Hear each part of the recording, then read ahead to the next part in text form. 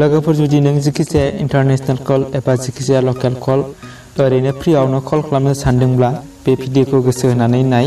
आं बे भिडिअनि गेजेरजों बेबायदि आदब खोन्थागोन जायनि हेफाजाबजों नों ओरैनो फ्रियाव बेलेन्स गैयालासे इन्टारनेशनेल आरो नेशनेल लकेल फ्रियावनो कल खालामनो हागोन। बेबो जोबोद गोरलै आदबजों। होनबा लोगोफोर बे भिडिअखौ गोसो होनानै नाय आरो लाइक खालाम। दानिया फैदो भिडिअखौ जागायनोसै। अब्ला लोगोफोर जिखिजाया इन्टारनेशनेल कल एबा लकेल कल जाया मानो नों जुदि ओरैनो फ्रि कल खालामनो सानदोंब्ला बिनि थाखाय नों नोंनि मबाइलाव मोनसे एप्लिकेसन डाउनलड खालामनांगोन। बे एप्लिकेसना जोबोद मोजां रिभिउ आरो मोजां रेटिं। अब्ला बे एप्लिकेसना मा? बे एप्लिकेसननि नामा टुटेल। बेखौ डाउनलड खालाम आरो बे एप्लिकेसननि लिंकखौ भिडिअनि डिसक्रिपसनाव मोनगोन। जोबोद मोजां रेटिं 4.4 बेनि रेटिंआ आरो बयबो डाउनलड खालामो। दानिया डाउनलड खालामदो। डाउनलड खालामनायनि उनाव अपेन खालामदो। जेब्ला बेखौ फार्स्ट टाइम अपेन खालामब्ला नोंनि मबाइलनिफ्राय माखासे पारमिसन बिगोन। दा नों बेखौ एलाउ खालामदो। होनब्ला आं बेयाव गासैबो पारमिसनखौ एलाउ खालामबाय। बेनि उनाव मा खालामनांगोन? बेयाव रेजिस्टारनि अपसन मोनगोन।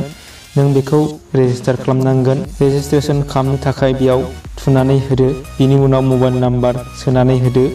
मबाइल नाम्बार होनायनि सिगां नों नोंनि हादोरखौ सायख'ना होदो। जेरै जों इन्डियायाव थायो, जोंनिया +91। बिनि उनाव नों गावनि मबाइल नाम्बारखौ सोनानै होदो। अब्ला आं सोनानै होबाय। बिनि उनाव मोनसे भेरिफिकेसन कोड फैगोन। होनब्ला आं बेखौ दिन्थिनो सानाखै। बेबायदिनो नों रेजिस्ट्रेसन खालामनो हागोन। फाइनालि बेबायदि नुनो मोनगोन आरो नों बेयाव डाइरेक्ट नाम्बार डायल खालामनानै ओरैनो फ्रियाव इन्टारनेशनेल लकेल कल खालामनो हागोन।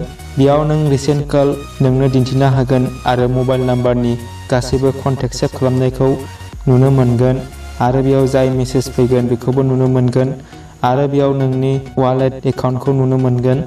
अब्ला आं नोंनो बेयाव मिथिनो गोनां बाथ्राखौ खोन्थानोसै।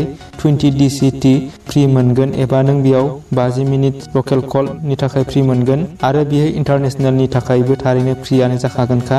अब्ला बेयो जोबोद मोजां बाथ्रा जायखौ नों ओरैनो बाहायनो हागोन। जेब्ला बेयो जोबगोन अब्ला मा खालामनांगोन?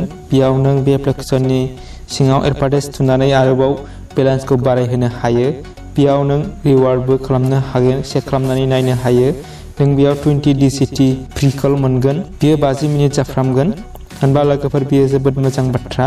बेखौ नों बाहायनो हागोन गोरलैयैनो। नों बेयाव सोरनोबा कल खालामनोब्ला डाइरेक्ट डायल खालामनायनि अपसन मोनगोन। बेयाव नों जिखिजाया नाम्बार डायल खालामनानै डायल खालामनो हायो। बेनि उनाव बेयाव एडभार्टाइजबो नुनो मोनगोन। अब्ला बेनो एडभार्टाइजआ जायनि हेफाजाबजों नोंनि कल खालामनायनि मिनिटआ बारायगोन आरो थुनानै होयोब्ला आरोबाव बांसिन मिनिट मोनबावगोन। एडभार्टाइजआव थुनानै होनो हायो। बेनि मुलाम्फाया सानसेनि उनाव जागोन। जाय एडभार्टाइज बेयाव नों थुनानै होयोब्ला डाउनलड खालामनांगौ ना खालामनाङा नोंनि गोसो।